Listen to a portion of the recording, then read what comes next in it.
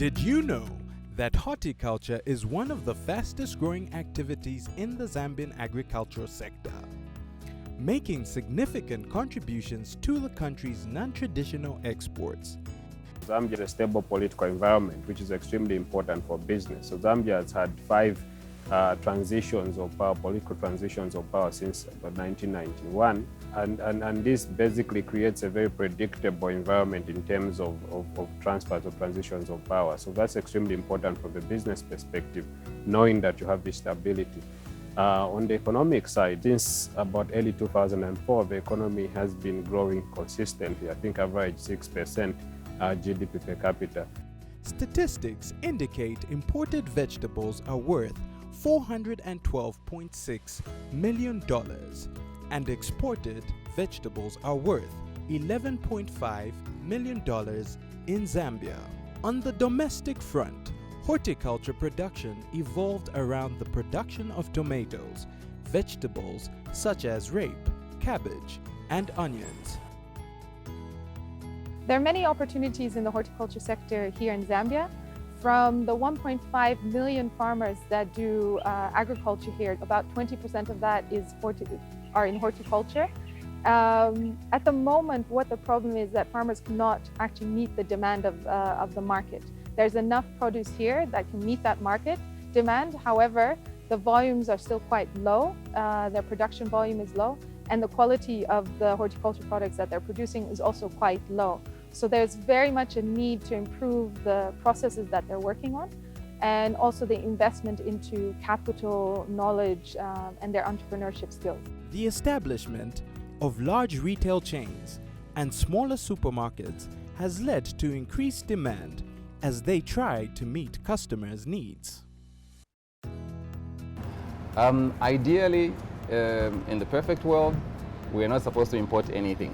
We would love to get all the produce locally, but as you well know that there are a lot of constraints. So currently, in terms of vegetables, we are not importing much. 80% comes from within Zambia, even from as far as Livingstone. Yeah, it's only on fruit where we have a lot of challenges, as we can only get probably banana, pineapple, and apples. The rest of the fruits, as you well know, we don't produce any apples. We have to import. A lot of small-scale farmers don't have the capacity to grow certain things out of season because they don't have greenhouses, so they depend on just whatever facility that they have at that moment. A lot of people are growing onions, but they don't have dryers, so all these challenges. But I think if the first thing for me, the most important thing is the training, so they can have the knowledge, they can have the skills, and then empowering them with equipment. My name is Sabrina Mufuka. We grow onions, tomatoes, and then we've done maize as well.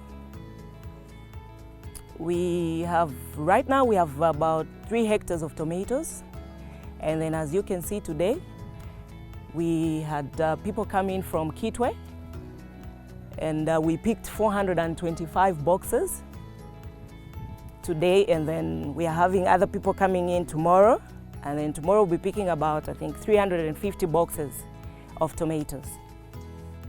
Demand for horticulture products in export markets has been increasing. The drive for organic foods has already contributed to the rise in demand. The industry has evolved over the last 5 years, I think, in the sense that, before you had a lot of focus on flowers, and then I think what we've seen recently is that, the possibility, for example, for export items has broadened.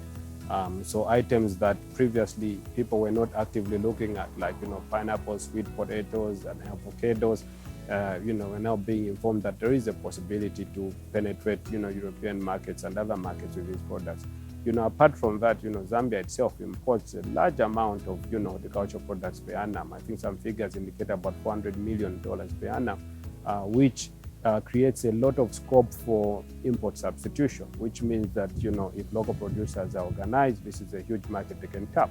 For Dutch companies, there's a great opportunity to invest in Zambia, especially in the input supply and the assembly and wholesale sectors. For example, in input supply, the supply of seedlings or seed equipments, chemicals and fertilizers, those are great opportunities to invest in.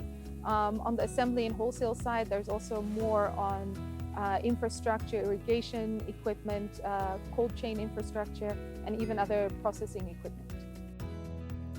The Zambian horticulture industry, although relatively young and small in size compared to other African horticulture exporting countries, has great potential to grow into a viable export industry.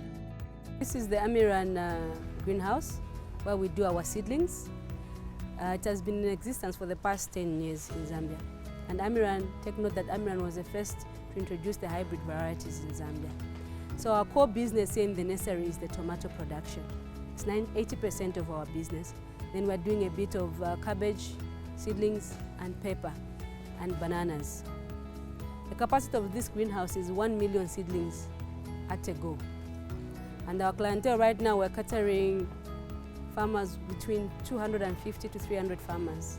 That's our market share. But the opportunities in terms of the agricultural industry, in terms of seedlings, especially for tomato, is quite wide and quite big. Our limitation right now is we cannot transport these seedlings outside Lusaka.